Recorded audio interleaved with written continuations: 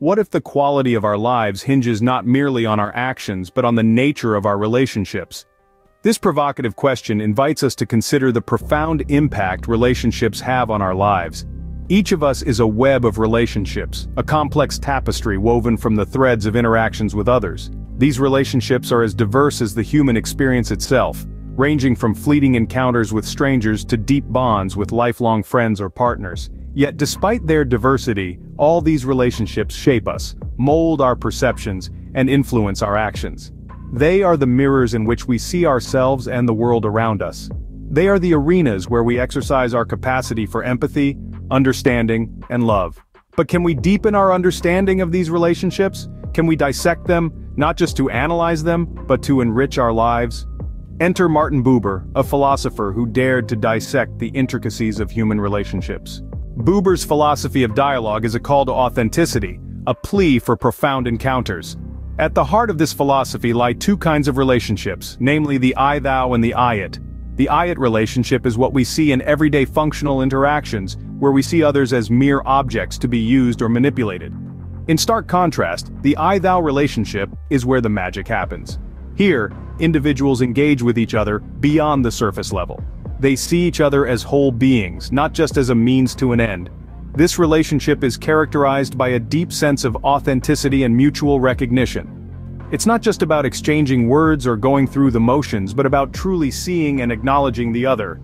This philosophy challenges us to move beyond shallow utilitarian interactions and strive for genuine transformative connections. In Buber's world, the I-thou relationship is more than a mere interaction, it's a transformative encounter. But not all philosophers see eye to eye with Buber. Enter Emmanuel Levinas. Levinas, another influential figure in Jewish philosophy, diverges from Buber's emphasis on the I-thou relationship. While Buber focuses on the mutual recognition in a dialogue, Levinas positions the focus elsewhere, on the other, as an ethical demand. In Levinas's view, our encounters with others are not about mutual recognition, but about the ethical responsibility that arises from these encounters. The other, for Levinas, is not a thou we engage with in dialogue, but a call to responsibility, an ethical demand that we cannot ignore. It's a stark contrast to Buber's philosophy of dialogue, where the emphasis is on the mutual recognition and engagement. This divergence shows the rich diversity within Jewish philosophy, and the different ways in which relationships can be understood. Levinas offers a different, but equally compelling perspective on the nature of human relationships and their importance in our lives. For Levinas, the other is not a thou to be encountered, but an ethical demand that calls us into responsibility. Where does this leave us in the grand scheme of things? Unraveling the threads of philosophy and ethics, we find ourselves entwined in the fascinating tapestry of Buber's and Levinas' ideas.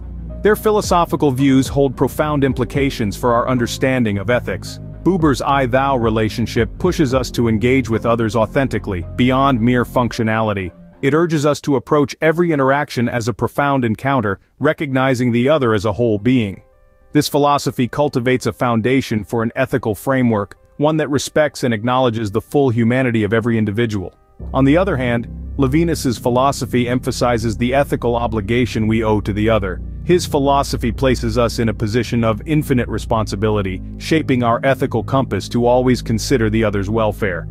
These philosophies aren't just abstract concepts, they're blueprints for ethical living. They challenge us to question, to engage, to empathize, and ultimately, to act.